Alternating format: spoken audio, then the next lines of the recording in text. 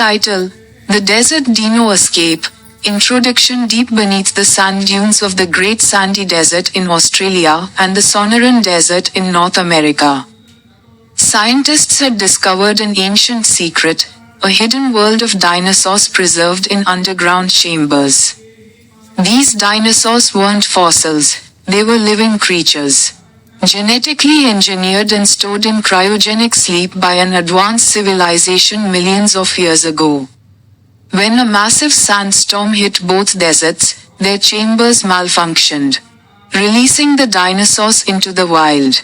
Chaos ensued as scientists, adventurers, and locals had to figure out how to coexist with the creatures while uncovering the mystery of their origins. Scene 1: The Great Sandstorm. In the Great Sandy Desert, researchers working at an underground excavation site noticed unusual seismic activity. At the same time, in the Sonoran Desert, desert rangers witnessed strange blue lights emanating from the rocky landscape. Dr. Emily Carter, Great Sandy Team: This storm isn't natural. Something's stirring underground. Ranger Miguel Alvarez, Sonoran Desert: We've got movement, massive tracks appearing out of nowhere. Something big is out here. The storm grew fierce, and a loud crack echoed as ancient chambers opened, and colossal dinosaurs like Tyrannosaurus rex and Stegosaurus emerged, shaking off centuries of slumber.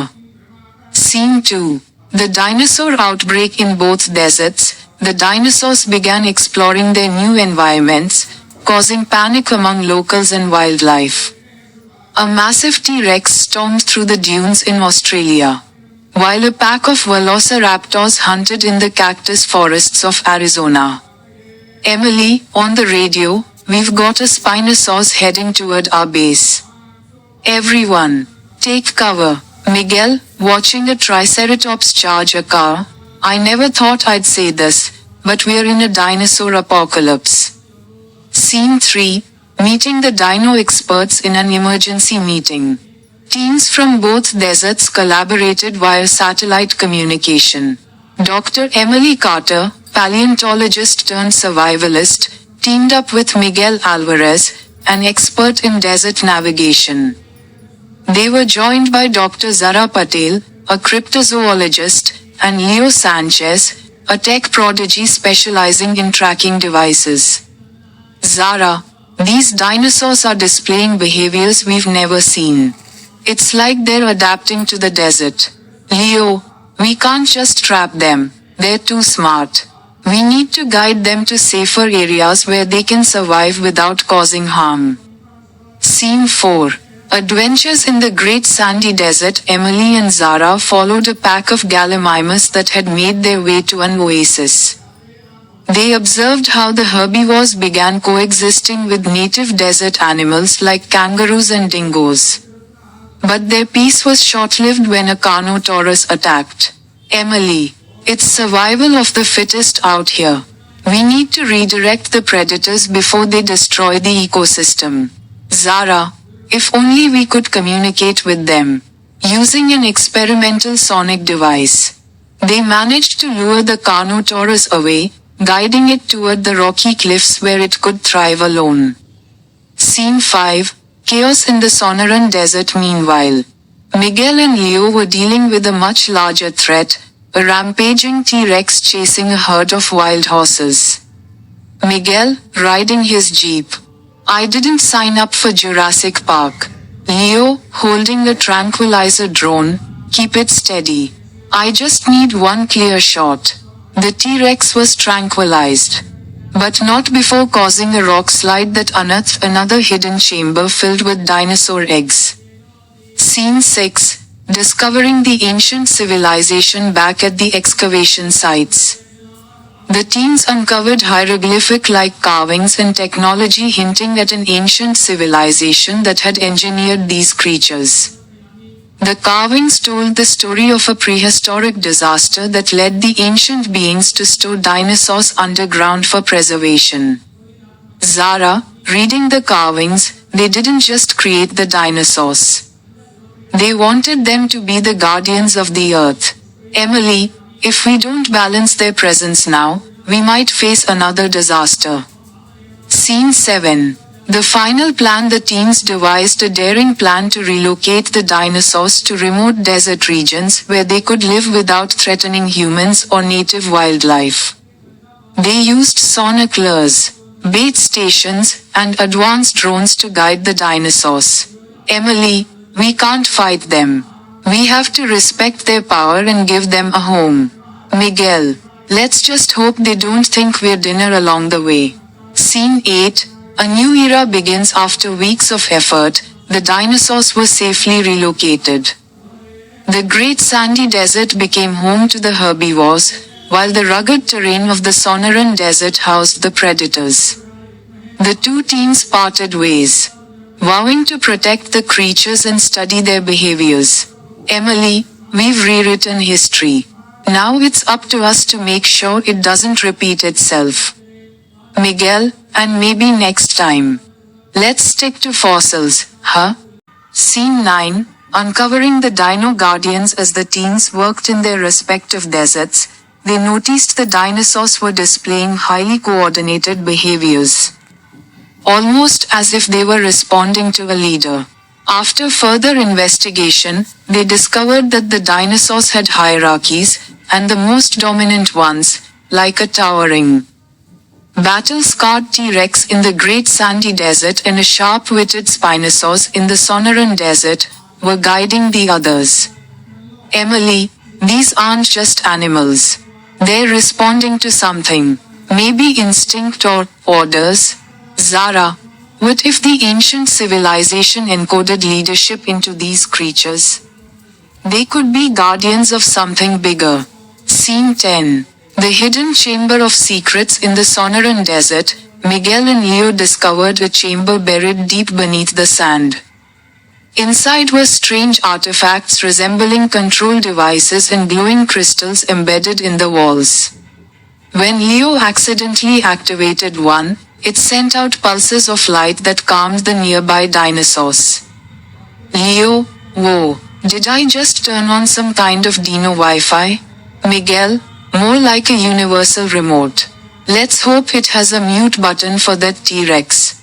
At the same time, Emily and Zara discovered a similar chamber in the Great Sandy Desert, revealing carvings that hinted at the dinosaurs' true purpose, to protect a powerful energy source buried deep within the earth.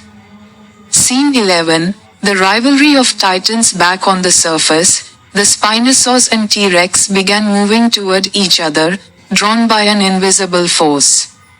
The teens realized that the two apex predators were destined to clash to determine who would lead the dinosaurs.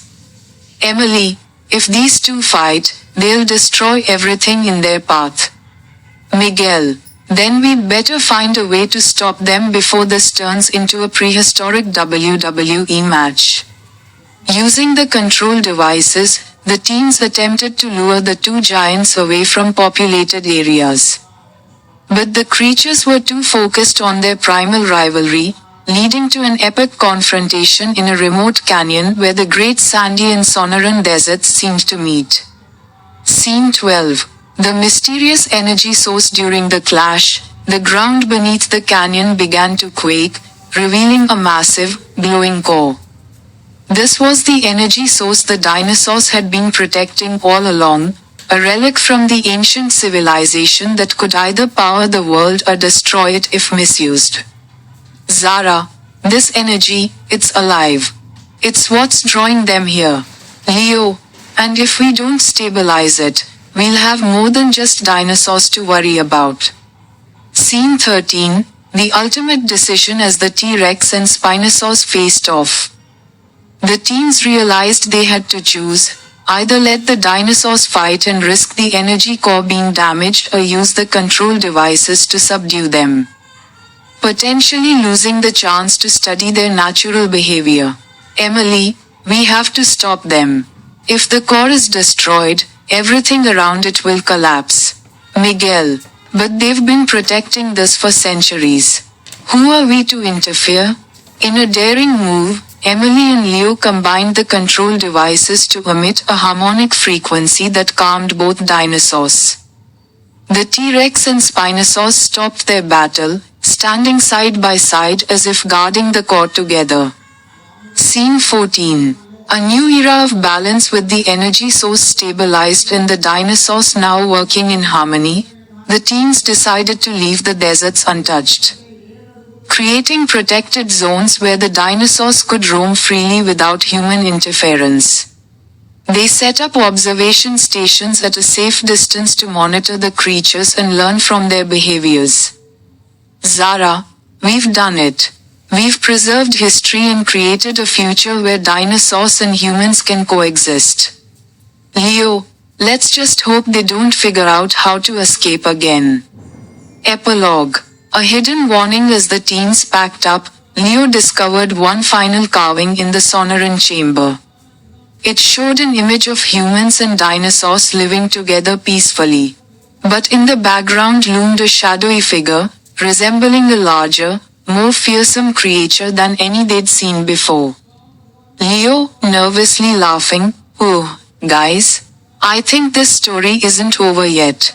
Emily, "Then we'd better be ready for whatever comes next." A mysterious roar as peace returned to both deserts, a faint roar echoed from the depths of another chamber yet to be unearthed. The teens looked at each other with wide eyes.